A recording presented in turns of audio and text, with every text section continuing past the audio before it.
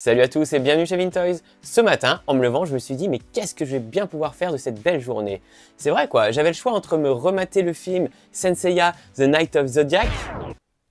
Ouais, tu sais ce film en live action qui a littéralement chié dans la bouche des fans des Cheveux Zodiac. Ou alors je pourrais faire aussi une FAQ.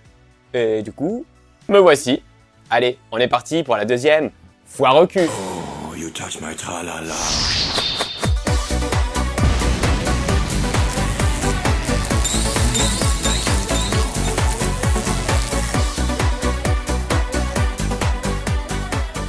Bon, alors avant de commencer, on va remettre un petit peu tout ça dans le contexte avec des chiffres, parce qu'ici on aime bien les chiffres. Non, en fait, on en a rien à foutre. Mais juste pour vous dire que l'année dernière, j'avais déjà fait donc une FAQ. C'était la première foire au cul et c'est aussi l'occasion de fêter les 2000 abonnés sur la chaîne. Et bien, résultat, un an plus tard, on se retrouve pour cette fois la FAQ numéro 2 et vous êtes un peu plus de 4000, presque 4500 à l'heure où je parle. Donc c'est vraiment énorme. La progression, elle est franchement cool. C'est toujours aussi sympa de lire vos commentaires, vos réactions. Et puis vraiment, mais j'ai une communauté en or. En même temps, ce terme communauté me fait assez marrer. C'est vrai quoi. Je sais pas, je nous vois tout de suite là dans la communauté de l'anneau. On est des elfes ou des nains en train de gambader à travers la plaine. Ou alors ça fait un peu secte aussi. Vous êtes ma communauté, je suis votre gourou. Vous êtes sous mon emprise. Enfin bref, là je m'égare un peu déjà, ça commence mal. Donc voilà, en tout cas, vous êtes tous des amours. J'ai vraiment beaucoup de chance de vous avoir. Donc je profite de cette foire au cul pour vous remercier infiniment et de vous faire de gros bisous. Et donc il y a quelques semaines, je vous ai annoncé cette FAQ et vous avez été nombreux à m'envoyer des questions. Donc là aussi, je vous remercie parce que vous avez vraiment joué le jeu. C'est très cool parce que c'est vrai que quand on lance ce genre de truc, bon bah on se dit, on espère qu'on aura un peu de retour quoi, tu vois, si t'as une question, ouais là j'ai fait deux, si t'as deux questions c'est un peu mezzo quoi. Et du coup bah, on va envoyer plein de questions, donc merci beaucoup, et on va y répondre tout de suite dans cette vidéo. Comme je vous l'avais promis, je réponds à toutes les questions, il n'y a pas de tabou, pas de langue de bois, et on est parti avec la première question. Eh, vous avez vu? Elles sont là les questions sur un iPad. Ça fait un petit peu keynote, non? Je me sens Steve Jobs comme ça. Alors, on commence avec la première question de Crush Coffee, qui me dit « Salut Vintoys, comment vas-tu » Bah écoute, merci beaucoup. Et toi, comment tu vas? Ah ouais, merde, c'est vrai que tu peux pas répondre. Bon, eh bah écoute, merci, je viens. Je voulais savoir quel est ton budget alloué pour ta passion. Ah ouais. Et quel est ton métier en dehors de YouTube? Ah, la question du budget, ça c'est toujours une question qui revient. Écoute, je vais te dire très honnêtement, j'ai pas de budget. Alors c'est vrai que je sais qu'il y en a des collectionneurs qui se disent voilà, moi par mois j'utilise 50, 100, 200, 500 euros pour la collection. Moi j'ai une vision différente. Pour moi la collection c'est un plaisir avant tout et c'est quelque chose d'annexe. Dans le sens où le plus important c'est de payer ses factures, d'avoir un toit et de quoi manger. Une fois que ça c'est fait, bah, j'ai envie de te dire, selon les mois, selon ce qui me reste, c'est ce qui déterminera mon budget. Alors c'est sûr que le mois de septembre, quand tu te tapes tous les impôts, la rentrée, les frais, machin et tout, là, clairement, il n'y a pas de budget. Et puis des fois, bah, je sais pas, il suffit d'avoir une prime, il suffit d'avoir un mois où bah, on s'en sort mieux, et puis on se fait plaisir. Mais j'ai pas de budget comme ça, de somme dédiée chaque mois à ma collection. C'est vraiment en fonction du disponible, hein, un petit peu comme les retraits au guichet, et puis en fonction des envies surtout. Et puis tu me demandes également quel est ton métier en dehors de YouTube. Eh bien écoute, Crush Coffee, je suis ce qu'on appelle une domina. En fait, une domina, c'est quelqu'un qui est payé pour dominer, pour humilier des gens. Et c'est un métier que je pratique comme ça depuis... Non, c'est une blague bien sûr. Mais en fait, je vais vous expliquer un peu pourquoi je vous dis ça. Ça me fait rire, pardon. Mais pour vous raconter un peu ma vie, il y a quelques jours, je suis tombé sur une vidéo, pour pas citer la chaîne de légende, donc c'était Guillaume Play qui interviewait une fille qui fait comme métier domina. Donc vraiment, ça existe. Et j'ai été fasciné par ce reportage, enfin par cette interview. Si vous voulez, en fait, pour vous expliquer, ceux qui connaissent pas le principe, alors moi j'ai halluciné parce que je connais pas du tout cet univers. C'est donc une jeune demoiselle qui est vraiment payée pour humilier des mecs, les attacher, leur faire mal, leur faire subir des sévices, les piétiner, leur cracher à la gueule. Non mais c'est un truc de fou. Et les mecs, ils payent. Mais c'est dément. Enfin, je veux dire, et puis alors les tarifs, je veux dire, c'est 200 balles de l'heure. Enfin, tu vois, le truc, franchement, pas mal, quoi. Et puis là où j'ai halluciné, enfin après, je terminerai avec cette parenthèse, hein, là, on est déjà en train de dévier dans les FAQ, c'est du n'importe quoi. Il faut que je vous raconte la fin. À un moment, elle explique que il y a plusieurs tarifs, forcément, enfin, elle appelle ça des offrandes. Et le tarif de base, hein, parce que quand même, il y a une grille, quoi, il y a un menu. Et c'est 60 balles pour une demi-heure où en fait bah, tu vas dans son donjon et pendant une demi-heure, elle t'ignore complètement. C'est-à-dire qu'en fait, tu arrives comme ça, bonjour. La nana, elle ne te regarde même pas, elle ne te calcule pas, elle ne te répond pas. Et toi, tu es là, bah, en fait, pendant une demi-heure, alors tu peux lui masser les pieds, voilà, mais c'est tout. Et la nana, elle te ghost, elle t'ignore complètement et tu payes 60 balles. Voilà, enfin moi ça m'a vraiment fait marrer parce que, je veux dire, moi ma femme elle me le fait souvent ça et je la paye pas quoi. Quand je rentre tard le soir parce que j'ai un peu trop traîné avec Super Canard, et ben elle m'ignore pendant une demi-heure et puis je te jure que je la paye pas à ce moment-là. Donc voilà, enfin bref, ça m'a fait beaucoup rire. Fin de la parenthèse, mais alors je suis pas du tout dans le jugement, attention, hein, vraiment là je voudrais pas choquer certains qui ont ces pratiques. Mais alors, qu'on aime ça, il n'y a aucun problème. Moi, c'est vraiment le côté, je me suis dit, putain, mais payer pour ça. Moi, les gars, si vous voulez que je vous fouette, je le fais gratos, vraiment, avec plaisir. Allez, on reprend un peu de sérieux. Quel est mon métier en dehors de YouTube?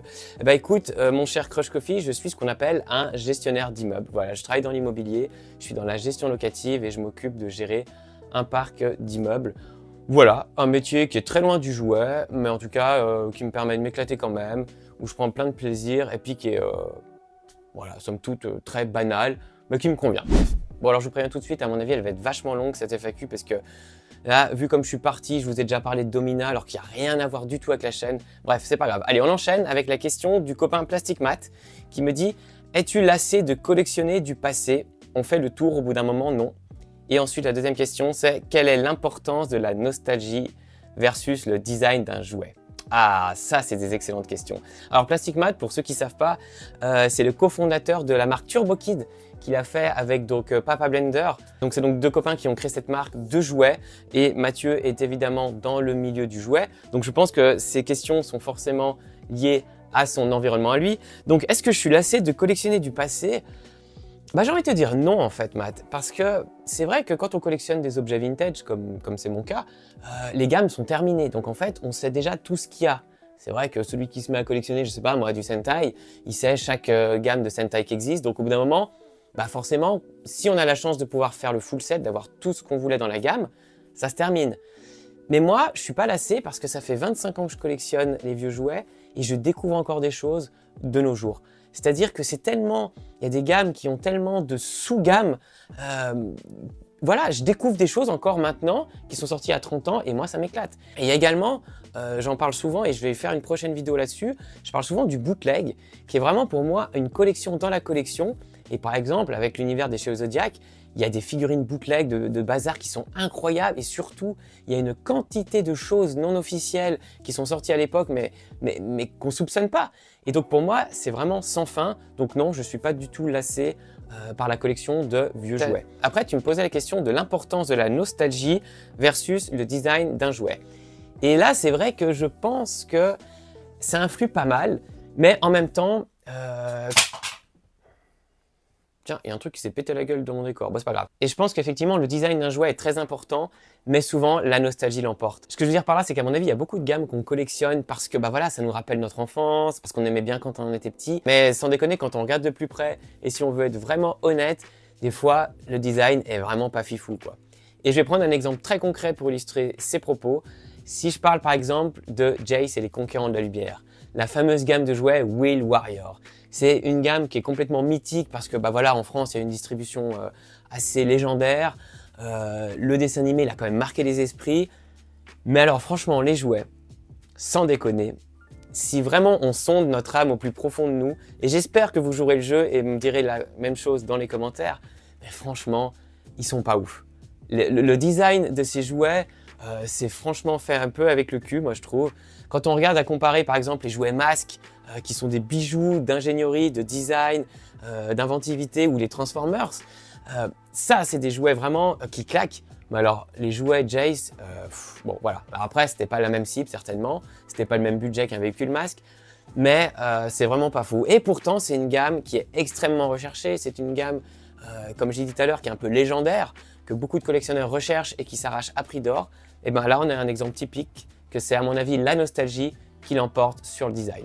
Allez, on enchaîne avec la question de Christian Guller. Ah, mon poteau Christian qui me dit « Tes amis m'ont dit que tu me donnerais une partie de tes Senseiya car t'en avais trop. » Alors je suis pas au courant, mais alors c'est pas vraiment des amis ceux qui t'ont dit ça. Hein. Bon, alors en vrai, non, on en a jamais trop de Senseiya, donc je les garde. Non, plus sérieusement, à quand des stickers Vintoys? Ouh là là, mon Christian. Ouh là là. Toi, ça veut dire que tu n'es jamais venu me voir en convention. Parce que oui, mes amis, si vous êtes venus me voir en convention, vous savez que j'ai des petits stickers, regardez, ici, voilà, que je mets sur mon stand et puis que je distribue. Donc, il y a des stickers Vintoys, ouais. Donc après, si vous en voulez, bah, envoyez-moi des DM et puis je vous en envoie volontiers, il n'y a pas de souci. Mais il y a plein de produits dérivés Vintoys, hein. Ouais. Par exemple, il y a aussi ça, ces petits flyers que je peux vous envoyer signer. Le mec qui fait sa promo de trucs pourris, quoi. Mais vraiment, ce qui cartonne le mieux dans la boutique Vintoys, c'est le string Vintoys. Ça, c'est le produit indémodable. Donc pareil, si vous avez envie de craquer pour un slip, eh ben, n'hésitez pas, faites-vous plaisir. Il y a plein de produits dérivés Vintoys. C'est une marque qui est en train de monter, mais alors franchement, du feu de Dieu. Et allez, on enchaîne avec P-Mike qui me dit « Question qui casse un peu l'ambiance. » Oh bah d'accord. Mais ta collection a-t-elle une fin? Penses-tu arrêter de collectionner un jour? Quel collectionneur es-tu? As-tu une liste de ce que tu suis ou tu achètes au fil de l'eau en fonction des trouvailles? Et quel est ton lieu de prédilection pour acheter? Brocante, convention, internet, voilà. Waouh! La collection a-t-elle une fin? Ça, c'est un vaste sujet. Clairement, pour moi, la collection, elle a 3 fins possibles. Je m'explique. La première, c'est quand on est mort, tout simplement. Alors ça, c'est une question qu'il faut, à mon avis, à un moment se poser quand même, c'est-à-dire c'est l'héritage de la collection. Moi, j'ai 2 enfants, j'ai une femme. Si demain je meurs, qu'est-ce qu'ils font de tout ça? C'est une question vraiment très importante. Est-ce qu'ils auront envie d'hériter de ça? Est-ce qu'ils auront la place d'avoir ça? Est-ce qu'ils voudront la garder? Ou alors est-ce qu'il faut que moi, de mon vivant, je m'occupe de la vendre avant? Est-ce qu'il faut que je m'occupe dans mon testament de mettre une personne chargée de s'occuper de cette collection? Enfin voilà, ça pose plein de questions. Mais ce qui est clair, c'est que le jour où je meurs, ma collection va s'arrêter. Ensuite, la deuxième fin de la collection, ce qui arrive souvent, malheureusement, c'est que pour des raisons financières, c'est-à-dire que des fois dans la vie, on a un problème d'argent, on a une tuile qui nous tombe dessus, on a besoin d'avoir des fonds, et ça pour moi, c'est une sorte de livret d'épargne. Et s'il faut vraiment que je le fasse un jour, j'espère bien sûr pas, mais si j'ai une tuile, j'aurai pas le choix et peut-être que je devrais vendre ma collection et ce sera la fin de la collection. Et puis enfin, pour moi, la troisième possibilité de la fin de la collection, c'est l'envie. Le jour où j'aurai plus l'envie d'avoir envie, salut Johnny, j'arrêterai tout simplement. Pour l'instant, je l'ai, j'ai toujours cette petite flamme comme ça qui brûle au fond de mon cœur. Mais voilà, rien ne dit qu'un jour, j'aurai tout simplement plus envie de collectionner et à ce moment-là, ce sera la fin de la collection. Donc je pense qu'effectivement, la collection a une fin. Après, si tu parles en termes de gamme, moi, il y a tellement de gammes que j'ai encore envie d'avoir. Il y a des choses inédites qui sont sorties qu'aux États-Unis, au Japon, que je voudrais faire. Donc, pour moi, il n'y a pas vraiment de fin en soi. Il y a tellement d'objets dans chaque gamme que c'est sans fin. Donc, voilà. Ensuite, quel collectionneur je suis? Bon, écoute, je suis plutôt beau gosse. Hein. C'est vrai que un peu timide des fois, mais voilà. Une fois qu'on me connaît, je suis vraiment très sympa. J'ai des pectoraux assez saillants et puis alors au lit je suis vraiment un super cool. Ah non mais c'est peut-être pas ça que tu me demandais en fait. Si tu me parles de... Ah oui, dans la collection, qu'est-ce que je suis? Moi je suis un collectionneur au coup de cœur. J'ai toujours dit, j'ai pas vraiment de liste comme ça. Je crois que c'était d'ailleurs la question que tu avais après, non? Ah non, c'est peut-être pas toi, enfin bref. J'ai pas de liste comme ça. Je suis un collectionneur qui a des envies, qui collectionne des objets qui ont un affect pour moi, qui me rappellent des choses, des jouets que j'ai joués souvent. Je l'ai souvent dit dans des vidéos, mais les G.I. Joe, j'en ai pas. Parce que c'est une gamme, je suis passé complètement à travers quand j'étais petit, j'ai pas beaucoup joué au G.I. Joe, donc j'ai pas vraiment l'envie d'en en avoir, même si je trouve que c'est très cool comme jouet. Donc voilà, moi je collectionne comme ça, je collectionne au cœur. C'est beau, hein. Ensuite, tu me demandais, est-ce que j'ai une liste de ce que j'achète au fil de l'eau? Non, comme je te dis, alors oui, j'ai un fichier, quand même, je te dis une connerie, j'ai un fichier Excel où je note ma collection, mais il faut que je me la mette à jour d'ailleurs. Donc c'est le principe d'un fichier, hein, si tu ne le mets pas à jour, c'est la merde. Donc j'ai quand même un fichier et surtout j'ai tout dans la tête. Ça c'est un truc de malade, je pense qu'il y a beaucoup de collectionneurs, on est pareil, vous me direz ou pas. Mais moi j'ai par exemple, voilà, ce rocher, c'est un truc tout con, je prends le premier truc qui vient dessus. Je sais exactement à quelle brocante je l'avais trouvé il y a très longtemps. Presque le prix, non peut-être pas le prix, mais en tout cas je peux te dire exactement où et à quelle période j'ai trouvé ce jouet. C'est-à-dire que j'ai une mémoire pour les jouets. Alors on est d'accord que par contre, se rappeler de la date d'anniversaire de ma femme, mes enfants, j'en sais rien, j'oublie tout. Mais par contre, je peux te dire exactement où j'ai trouvé ce vieux robot. Et ça, c'est un truc assez cool. Et enfin, tu me demandes mes lieux de prédilection pour faire les achats pour la collection. Ça, j'avais déjà répondu dans la précédente FAQ. Je vous l'ai dit, bon, il y a des sites spécialisés, il y a eBay, il y a Vinted, mais en fait, le meilleur, c'est votre propre réseau. C'est d'aller à la rencontre des autres collectionneurs. J'ai fait par exemple il y a quelques jours le Things Past, qui est une brocante geek à Lyon-Charbonnière où il y avait tous les copains du YouTube Game et des collectionneurs, et c'est là où on rencontre les meilleures personnes et surtout on fait les meilleurs achats, parce qu'on va parler à un collectionneur qui lui va dire « Ah mais attends, mais moi tu collectionnes ça, bah moi je connais quelqu'un qui a ça ». Et c'est le réseau. Et c'est beaucoup plus sympa d'acheter comme ça que de faire un achat immédiat sur eBay ou alors d'acheter comme ça directement sur Vinted. Enfin voilà, en tout cas moi, je vous l'ai toujours dit et je vous le redis, si j'ai un conseil à vous donner, faites marcher vos relations, votre réseau, vos connaissances. C'est vraiment plus sympa et c'est là que vous allez faire les meilleures affaires. Ensuite, question de GTH 6310. Quelle est la figurine vintage Senseiya que tu trouves la plus moche? Oh, c'est dur ça. Perso, c'est Andromède V1 et le lion, j'ai jamais pu les blairer. Ouais, alors, Andromède V1, j'ai quand même un petit affect pour cette figurine parce que c'est vrai qu'elle est rose, c'est vrai que voilà, le design n'est pas fou, mais je sais pas, il y a quand même un truc, voilà, moi je trouve qu'avec la chaîne et tout, elle a un petit truc qui se démarque, et puis ce rose comme ça, pastel, alors, ouais, je sais pas, il est moche, mais c'est peut-être pour ça que je l'aime bien en fait. Alors les Chevaliers Zodiac, vous savez, je suis pas très objectif, donc c'est difficile, mais je pense qu'il y a quand même une figurine que je trouve un peu moins bien réussie, et ça, c'est depuis le début, c'est ce pauvre Cheval des Mers. Je trouve que, il est vraiment, il est pas ouf quoi, et que ce soit la figurine, le personnage dans Poséidon, je le trouve nul, même la Mid-Cloth, elle est vraiment pas terrible, donc pour moi, le Cheval des Mers, il a vraiment rien pour lui, voilà. Mais je t'aime bien quand même. Allez, on enchaîne avec la question de Vincent Julien qui me dit « Y a-t-il des collectionneurs ou collections que tu suis ?» Alors, des collectionneurs ou collections oui, alors pour donner des noms comme ça, déjà je suis Vintoys. Non, après, alors, j'avais fait une vidéo sur les filles, voilà, je remets une couche, hein, parce que vous n'avez pas vraiment vu cette vidéo et c'est dommage, mais c'est pas grave, on s'en fout. Mais simplement que j'adore regarder les collections de filles, et bien sûr, il y a Poison Ivy, il y a Amy Shinry, il y a Maman Munichi, enfin voilà, il y a la petite chineuse, enfin il y a plein de collections de filles que j'adore suivre, vraiment, je trouve ça super.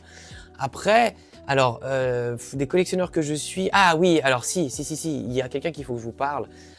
C'est quelqu'un qui s'appelle Galaxy1977 sur Instagram. Je vous remets peut-être le lien quelque part.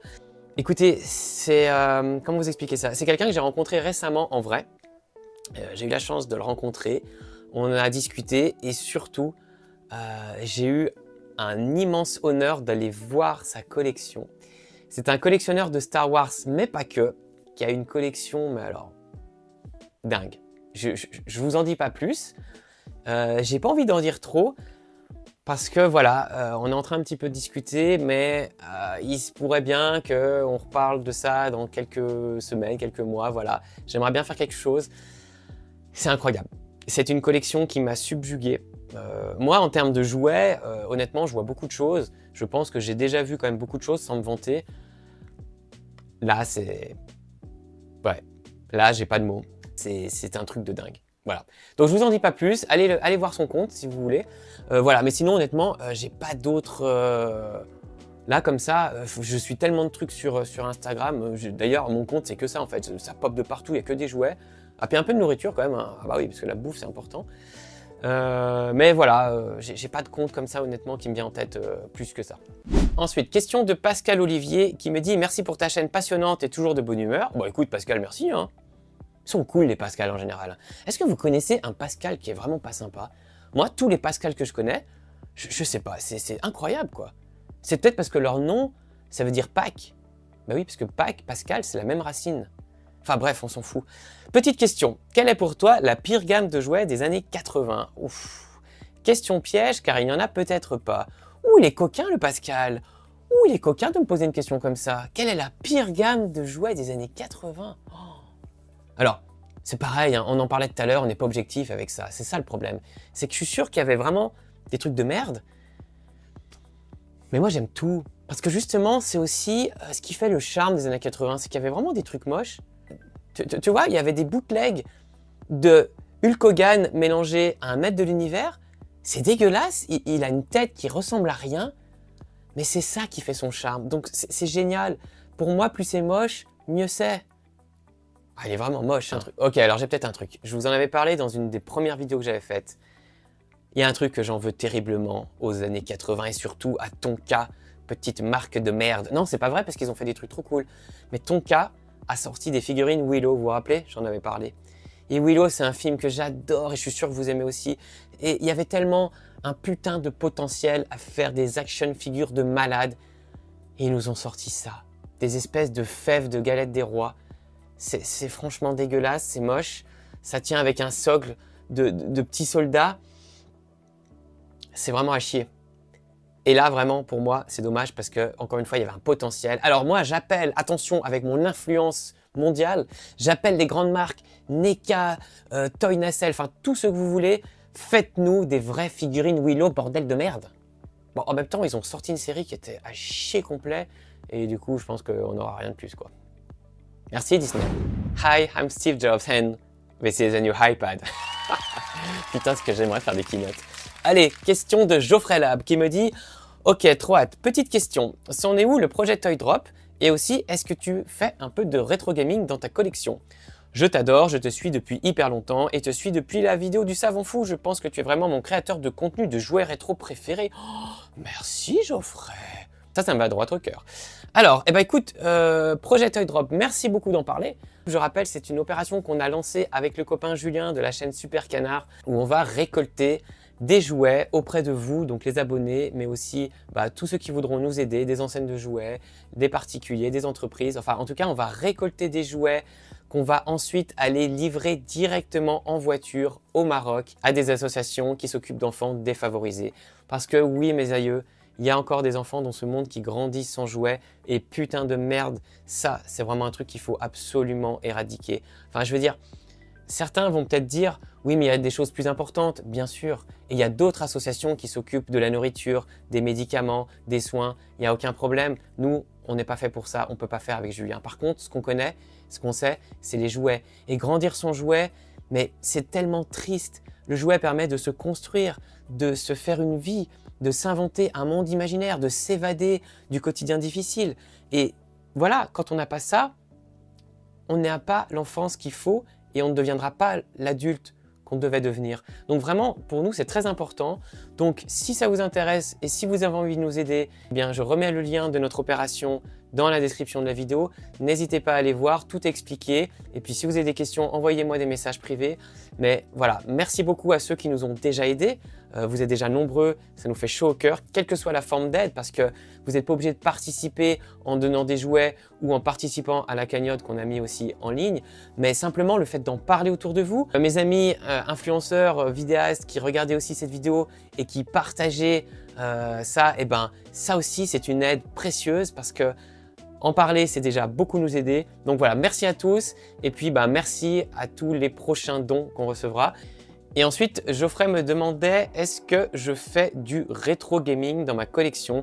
Alors ce qui est marrant, c'est que j'ai commencé au tout début de faire les jouets et les jeux vidéo. Donc j'ai quelques pièces de jeux vidéo, mais sincèrement, les prix était devenu déjà complètement fou parce qu'en fait le jeu vidéo, je pense qu'il a fait cette ascension qui est en train de faire le jouet, en tout cas qui suit exactement, mais avec un peu de décalage. Je pense qu'il y a quelques années de décalage entre le jeu vidéo et le jouet, mais le jouet a suivi aussi cette courbe des prix, de la hype. Voilà, donc les jeux vidéo, j'ai assez vite lâché et puis il faut dire que j'ai quand même moins d'affect parce que j'ai moins joué aux jeux vidéo qu'aux jouets. Donc voilà, mais j'ai quand même quelques trucs. Voilà. Allez, on enchaîne avec la question de Yao qui me dit « Salut Mister, as-tu initié tes petits pour la collection? Que pense-t-il de tes jouets? Curiosité, indifférence ou adore-t-il? Est-ce qu'il joue avec ?» Écoute, merci pour cette question Yao, c'est assez important pour moi le transfert, en tout cas la passation, la transmission du goût de la collection parce que c'est vrai que mes parents en tout cas étaient des collectionneurs et je pense que c'est comme ça que je suis aussi devenu collectionneur parce qu'ils faisaient beaucoup de brocantes, de vide-grenier. Je les ai suivis assez jeunes et j'ai eu le goût de chiner. Donc mes enfants, qu'est-ce qu'ils pensent de la collection? Mon plus grand qui a 12 ans, il devient déjà un peu collectionneur parce que lui, les Lego, il adore ça. Et maintenant, il les achète, mais il ne joue plus avec. Il les achète pour les exposer. Donc, il s'est fait tout l'univers d'Harry Potter. C'est vraiment sympa. Et il met en scène comme ça. Mes enfants aiment beaucoup jouer. Ils ont beaucoup de jouets. Et je tiens à ce qu'ils jouent beaucoup. J'essaie de me battre pour pas qu'il y ait ces écrans, ces putains d'écrans là qui nous envahissent le quotidien. Même s'il faut faire avec, attention, je dis pas le contraire, on est un petit peu obligé et il n'y a rien de mal, mais il faut doser. Mais moi, je préfère qu'ils jouent avec des figurines qu'avec un iPad. Donc voilà, donc je suis assez attaché à ça. Dans cette pièce, ils ont le droit de venir, c'est libre, il n'y a pas de fermeture, ils viennent quand ils veulent. Ils savent que ce sont les jouets à papa. Voilà, il y a leurs jouets, il y a les jouets à papa. Bon, il y a les jouets à maman aussi, mais ça, c'est un autre sujet. Et voilà, ils savent que ici, c'est le respect.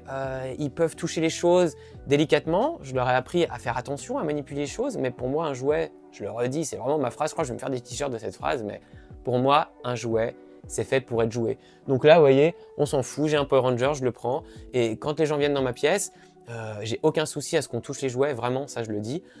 Du moment que c'est fait avec respect et attention. Voilà. Donc mes enfants, ils sont bien éduqués et surtout, eh ben, j'essaie de leur transmettre ce goût de la collection parce que pour moi, c'est un petit peu conserver le patrimoine. J'ai toujours dit, j'aime bien ce côté un peu conservateur de musée. Et du coup, ben, si eux peuvent le faire plus tard, eh ben, ce sera formidable. Ensuite, question de Atlas Ayolos Devi qui me dit « Ton spin-off préféré dans l'univers Senseiya, si tu devais garder une figurine Senseiya, ce serait laquelle ?» Ah, mon petit poteau Devi. Alors d'ailleurs, un petit instant promo, mais allez voir sa chaîne, c'est vraiment cool. Donc lui, il est aussi spécialisé figurine Senseiya, mais aussi Naruto, DBZ Figart, enfin voilà. C'est assez cool. Et puis surtout, bah, il a monté l'association des Chevaliers d'Athéna que je vous ai déjà parlé, qui est vraiment un truc très cool, un collectif autour de Senseiya. Donc allez les voir sur le réseau. En plus, c'est vraiment des amours, tout ce collectif. Donc voilà, les petits potos, je vous fais des gros bisous. Maintenant, ta question sur mon spin-off préféré. Écoute, Lost Canvas, je crois que c'est un petit peu la réponse qui revient souvent, mais c'est vraiment du très haut niveau pour moi. J'aime beaucoup. J'avais bien aimé aussi à l'époque Sentia Show. Alors là, vous allez peut-être vous foutre de ma gueule, hein, mais les filles, je trouvais ça assez cool. J'aimais beaucoup le dessin. J'aimais bien aussi que ce soit l'histoire un peu en parallèle de l'histoire qu'on connaissait. Donc ça m'avait assez bien botté, j'aimais beaucoup. Puis sinon, si on parle d'histoire en parallèle de la trame principale, il y a forcément la BD de Jérôme Alquier, Senseiya Time Odyssey. J'ai fait une petite vidéo il n'y a pas longtemps dessus. Ça, pour moi, c'est franchement l'un des meilleurs spin-offs. Je trouve que Jérôme Alquier, il a un style qui se rapproche vraiment d'Araki. Et du coup, on est vraiment entre le dessin animé, la BD, le manga.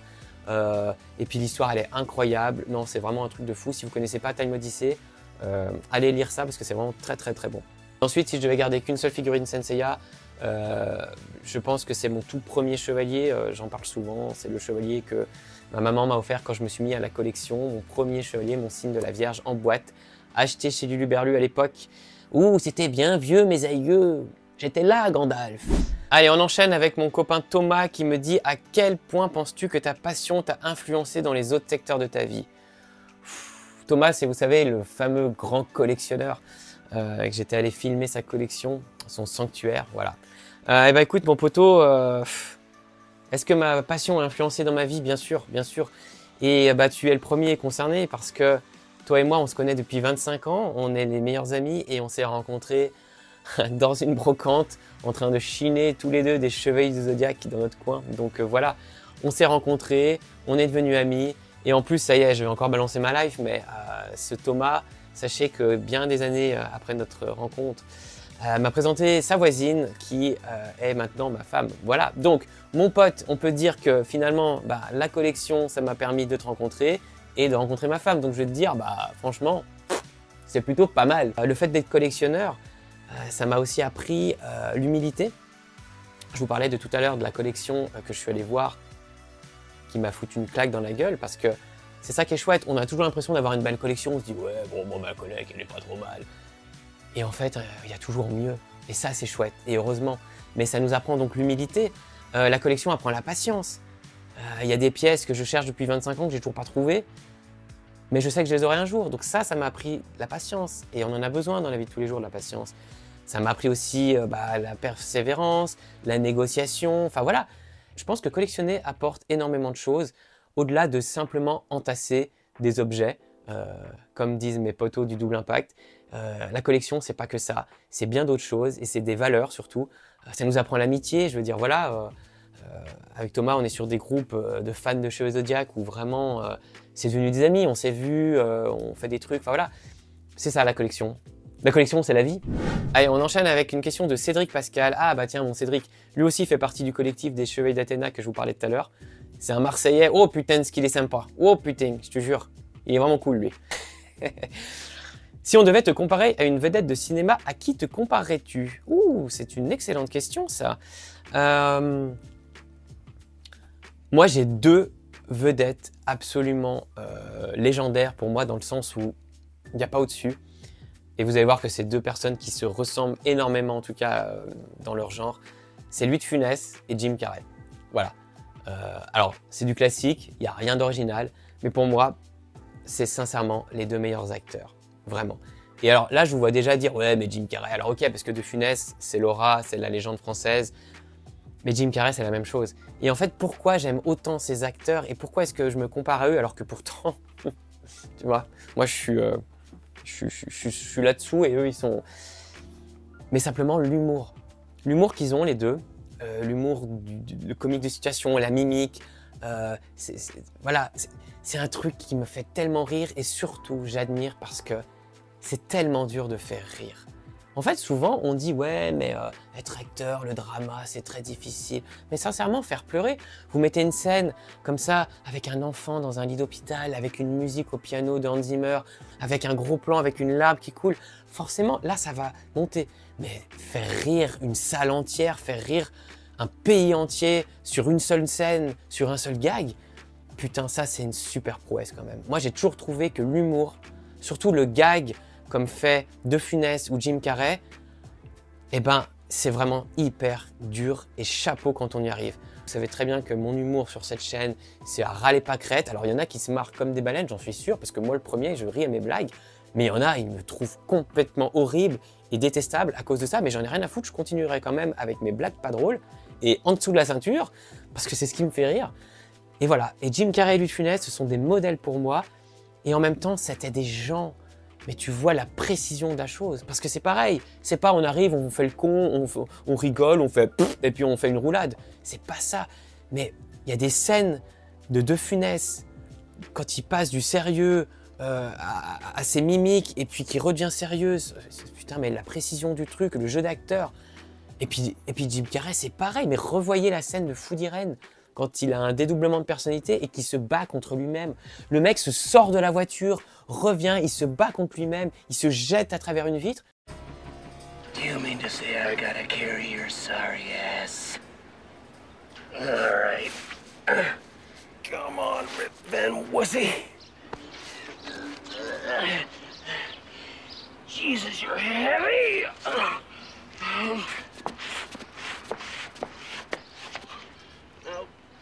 Get in there!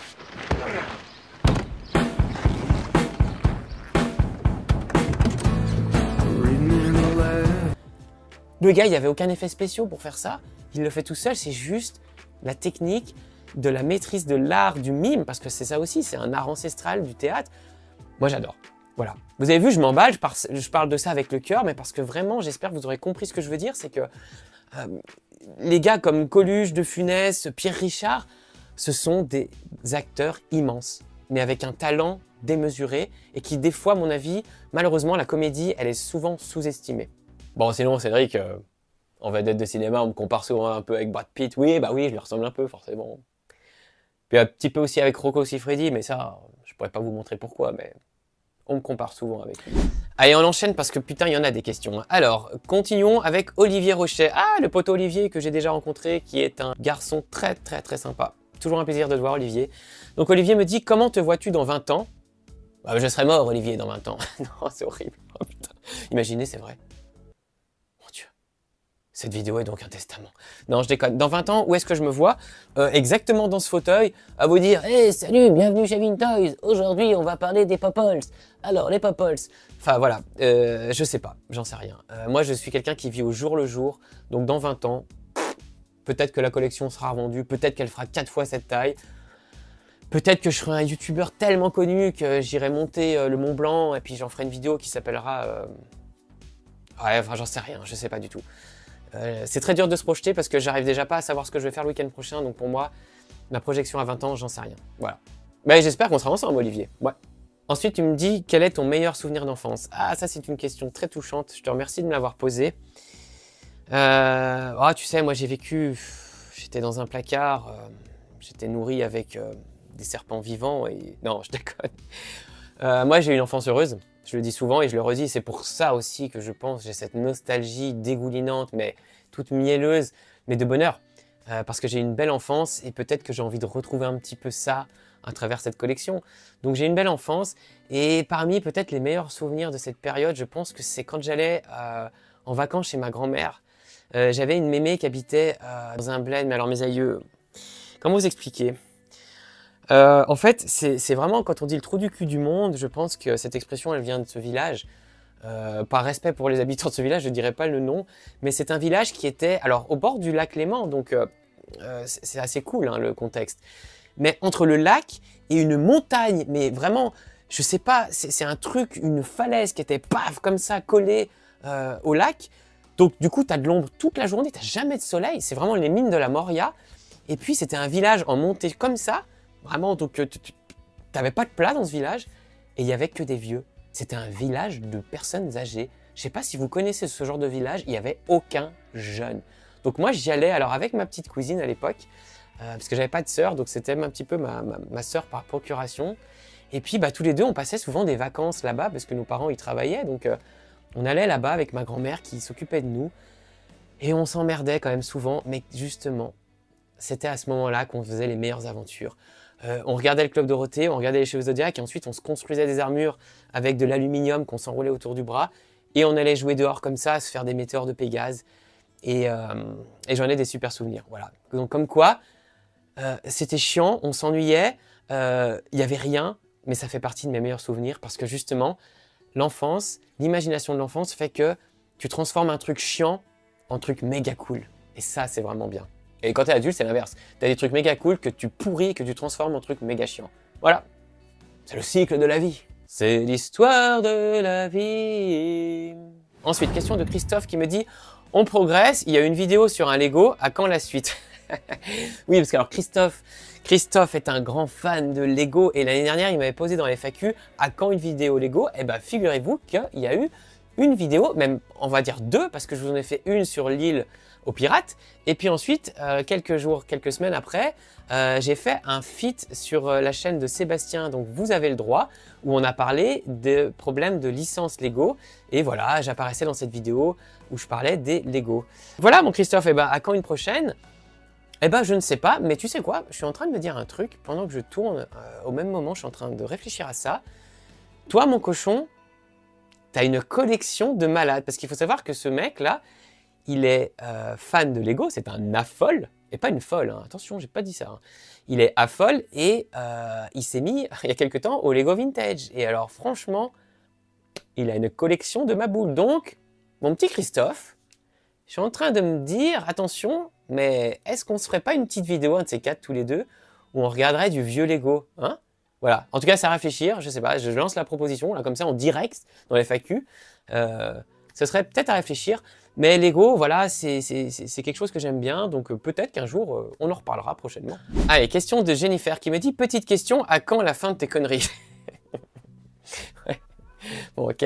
Et Julien, donc de la chaîne Super Canard, qui dit, même question. Ok, merci, vous êtes vraiment cool, hein, franchement. Bon, voilà, Jennifer, c'est ma femme, voilà, hein, comme ça c'est dit. Donc, à quand la fin de tes conneries? Écoute chérie, si t'as un truc à me dire, au lieu de passer par ma FAQ, s'il te plaît, viens me voir, hein, on en parle. Je ne sais pas, mon amour, je ne sais pas quand est-ce que j'arrêterai ces conneries. Probablement jamais, jamais. Voilà, moi ce que j'aime, je vous l'ai dit, la collection, c'est déjà de collectionner, d'avoir ces objets de mon enfance. Et puis ensuite, l'étape d'après, comme j'ai toujours dit, c'était de la partager. Alors j'avais commencé avec les réseaux, avec les forums à l'époque. Et puis ensuite, je me suis dit, je vais faire des vidéos. Et c'est ça que j'adore. Donc, j'arrêterai jamais mes conneries, chérie. Tu m'as connu avec les jouets. Et voilà, et je vais mourir avec ces jouets, tu le sais bien. C'est comme ça. Mais je sais que tu m'aimes. En vrai, je le redis, les gens vont faire « Oh, c'est trop mignon !» Mais j'ai vraiment une super femme. Ça, c'est un sujet qui revient souvent aussi avec les collectionneurs. Comment les conjoints vivre nos passions, que ce soit les jouets, que ce soit la création de vidéos, parce que ça prend énormément de temps, vous vous rendez pas compte peut-être, mais c'est une activité qui est énorme. J'ai aussi des enfants à côté qu'il faut que je m'occupe un petit peu de temps en temps, tu vois, il faut que je leur jette des graines comme ça, enfin voilà, faut que je m'en occupe un peu quoi. J'ai un métier, j'ai un sport, enfin voilà, j'ai plein d'autres choses, donc c'est pas évident, et j'ai une femme qui est très très compréhensive, donc Madame Vintoys, si vous voyez cette vidéo, on se retrouve samedi soir comme d'habitude, dans le donjon. Quant à Julien qui me dit quand est-ce que j'arrêterai ces conneries, bah je vais te dire un truc mon petit Julien, toi et moi on est liés maintenant, parce qu'on a une chaîne secondaire, attention, instant promo. Parce que oui, mes amis, peut-être que vous ne savez pas et vous n'êtes sûrement pas encore abonnés, mais avec Julien de la chaîne Super Canard, on a ouvert la chaîne Le Tonneau et l'Allumette. C'est une chaîne sympa, bazar, où on parle de tout et de rien. Donc allez voir ce qu'on fait, c'est marrant, ou pas, mais en tout cas, on s'éclate. Et puis voilà. Plus on est fou, plus on rit. Une question de Pascal Baptiste. Ah, le copain Pascal, qui est un des admins d'un groupe de jouets Facebook incroyable sur les jouets vintage, qui me dit la tartine le matin avec ou sans beurre salé concernant les tartines de confiture. Oh putain, la question. Oh, la question de merde. En plus, que je crois que tu es belge, Pascal, n'est-ce pas? Merde, hein? Donc, toi, t'en as rien à foutre, là. Tu vas me mettre à dos tous les Bretons. Ouais, parce que moi, c'est sans beurre salé, mon Pascal. Ouh là là, ouais, moi le matin, attention, faut qu'il y ait la confiture, mais c'est avec du beurre normal. J'aime pas le beurre salé. Je suis désolé, vraiment, je suis désolé, ceux qui adorent ça, vous allez me fustiger. Mais j'aime pas trop le beurre salé. Ou alors peut-être avec des radis. En même temps, qui mange des radis, hein? Putain, les radis, c'est pas le légume le plus triste au monde. Alors, il a une couleur assez cool. Moi, j'aime bien ce rose au blanc, ce dégradé. Mais la tronche d'un radis, c'est moche. Et puis surtout, c'est vraiment pas fun comme légume. Tu vois ce que je veux dire? Je sais pas, t'as le poireau qui est incroyable, je trouve. Un oignon, c'est tellement cool. T'as l'espèce de coque comme ça que t'enlèves, tu vois. T'as plein de couches après. Regarde, l'ail, c'est pareil. L'ail, elle est cachée dans une espèce de petit sac de couchage et tout. Elle est en formation serrée comme ça, avec les goûts. C'est trop bien, de l'ail. Mais le radis, putain, c'est vraiment con. Elle est un peu longue cette FAQ, non? Il y a des longueurs. Ensuite, j'ai reçu des questions du poteau Anthony de la chaîne Chinou, voilà, qui m'a envoyé des questions vidéo. Alors, disons, mais Anthony, non, mais le mec, en plus, il fait ça en conduisant, le gars. Bon, ok, il avait accroché son téléphone, mais Anthony, attention, on ne fait pas de vidéo quand on conduit. Non, mais sans déconner, là. Donc voilà, donc le poteau Anto qui me demande si je vais refaire des vidéos avec des gros budgets. Alors, ça me fait rire quand il dit ça, parce que, voilà, c'est-à-dire avec des scènes comme ça, vous savez, avec du déguisement, avec des effets spéciaux. Voilà, est-ce que je vais refaire des vidéos comme ça? Alors, c'est vrai que les dernières que j'ai faites, il y avait un peu moins, parce que voilà, c'était des sujets où j'avais envie d'en parler un peu différemment. Et puis surtout, c'est vrai que c'est des moments qui prennent beaucoup de temps à être faits. Mais c'est ce que j'adore, vous me connaissez. Moi, le ridicule, pour moi, ne tue pas. Et plus c'est ridicule, mieux c'est. Et voilà, et me bagarrer dans un garage souterrain déguisé en Chevalier Zodiac, j'adore ça. Donc oui, il va y avoir à nouveau des vidéos comme ça, de ce type. Ça fait un moment que je vous en parle, mais la prochaine qui va sortir un petit peu dans le genre, ce sera la vidéo sur le Silverhawks.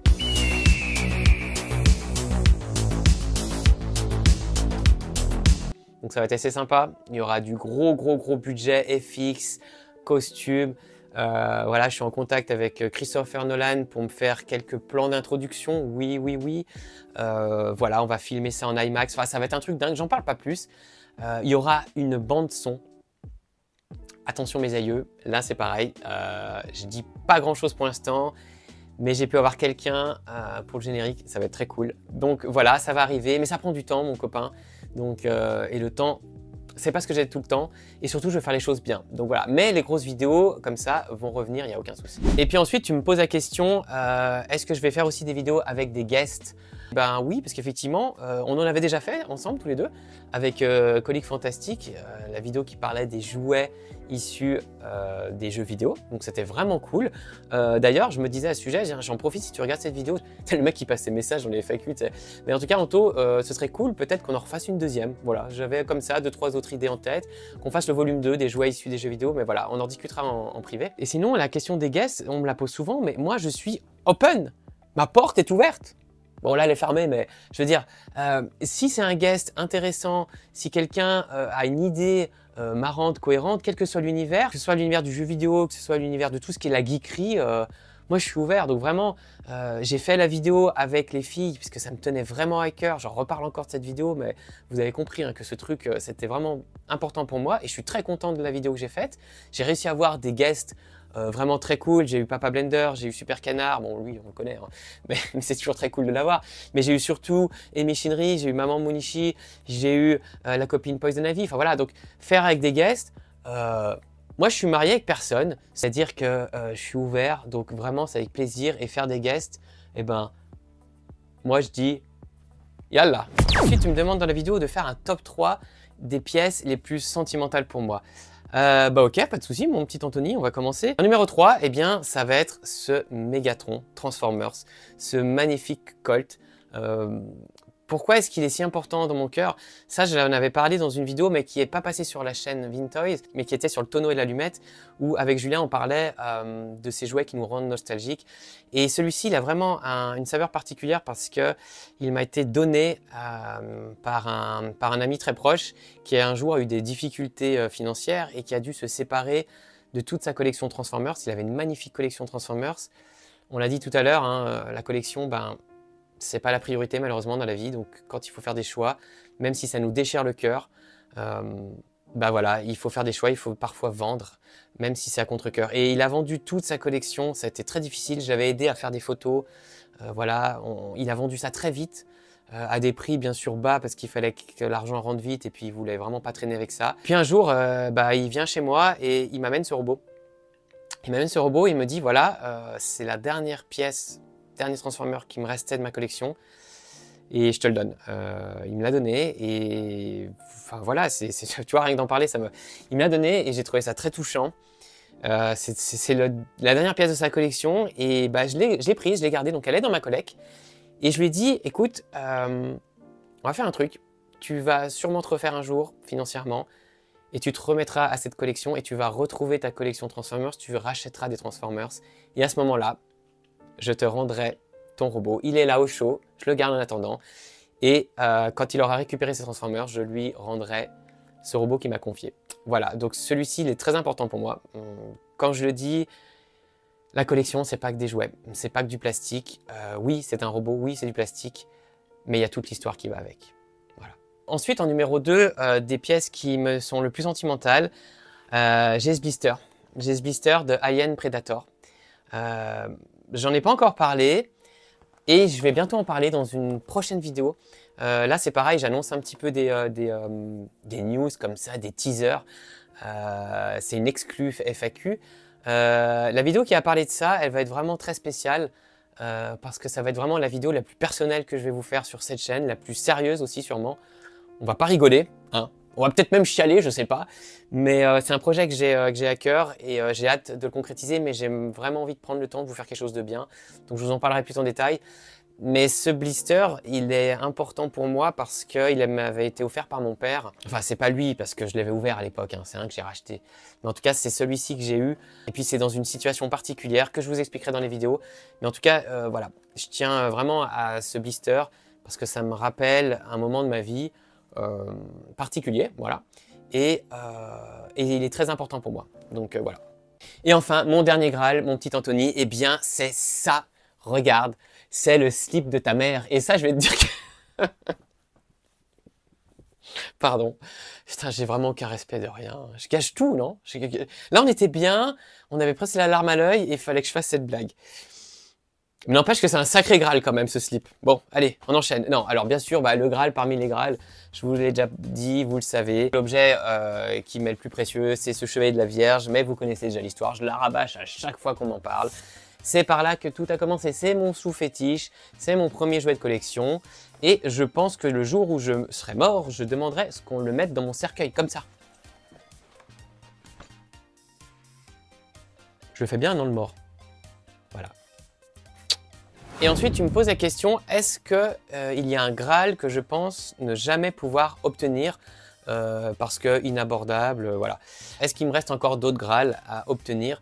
Oui, clairement, des Graals, j'en ai encore. Déjà, dans l'univers des Chevaliers Zodiac, je suis pas encore au full set, il m'en manque. Il y a toujours un Graal. Pareil, la collection Dino Rider, En loose, j'arrive au bout, mais effectivement, avoir un brontosaure en boîte, ça c'est un putain de Graal que j'aimerais vraiment un jour. Pas évident à trouver, assez cher, mais voilà. Mais il faut savoir aussi que le prix, je le dis souvent, c'est pas toujours le frein en fait. Alors oui, il y a des freins qu'on se met par obligation, parce qu'on se dit on peut pas dépenser plus de, je sais pas moi, 1000 €, 2000, ça dépend du budget de chacun, mais il y en a qui vont dire je peux pas mettre plus que ça. Donc le budget peut être un frein, mais si on enlève ça, moi il y a des Graals, même si j'avais tout l'argent du monde, bah, je pourrais pas avoir. Pourquoi? Parce qu'on ne les voit pas, parce qu'il n'y en a pas tout simplement. Et c'est ça qui est formidable avec la collection et qui est en même temps horrible, c'est de se dire, même le mec le plus riche au monde, s'il se dit allez je vais m'acheter ça, je sais pas, j'ai pas d'exemple comme ça en tête, mais eh ben, ça se trouve il va pas le trouver parce que ce sera pas en vente à ce moment-là, ou parce que tout simplement il n'y en a pas. Enfin je veux dire, les collectionneurs les gardent. Et ça c'est une réalité qui est des fois dure à assumer, de se dire bah il y a des choses que je pourrais peut-être jamais avoir parce que ça pop jamais, parce qu'on les voit jamais, très rare. Il y a des pièces moi que je cherche, depuis que je les collectionne 25 ans maintenant, je vous l'ai déjà dit, j'en ai peut-être vu passer, je sais pas, peut-être 2 en 25 ans. C'est un peu comme les comètes quoi, si tu la rates, tu l'as un peu dans le cul et du coup bah t'es bon pour attendre 10-20 ans quoi. Donc c'est comme ça. Et puis pour terminer, il y a quand même un Graal que je cherche, c'est une gamme de jouets qui est très peu connue, qui est incroyable, comme tout ce que je vous dis à chaque fois dans cette vidéo. Parce que le film, pour moi, est magnifique et incroyable, c'est Le Choc des Titans. Je parle du vieux film, hein. Je vous en avais déjà parlé dans l'ancienne FAQ, je vous en reparle maintenant. Mais l'un de mes Graals, c'est d'avoir le Kraken, le fameux Kraken qui est sorti à l'époque par Mattel en boîte. Voilà, ça c'est un Graal parmi les Graals. Si vous entendez parler, appelez-moi. Voilà les amis, cette FAQ touche à sa fin. En tout cas, je profite une dernière fois pour vous remercier sincèrement de votre sympathie, de votre fidélité, de vos likes, de vos commentaires, de vos encouragements, de tous ces trucs sympas que vous m'envoyez, tout cet amour là que vous m'envoyez comme ça, c'est vraiment du bonheur. Je le dis pas assez, mais je vous le redis, merci. Je suis très honoré de vos retours et puis de toute cette chaleur humaine, même si c'est à travers des écrans, mais pas que. J'ai fait beaucoup de conventions ces derniers temps et à chaque fois que je vois des gens qui me suivent, c'est toujours un vrai plaisir d'échanger, sincèrement. Vous commencez à me connaître, moi je me force pas, je suis naturel dans la vie que derrière cet écran, je suis pareil. Donc vraiment, c'est très très sympa de vous rencontrer et j'espère qu'on va se revoir bien sûr dans d'autres événements. Quant à moi, je vous dis à une prochaine pour une foire au cul et puis en route pour les 5000 abonnés. Allez, ciao! Oh, you touch my tra-la-la.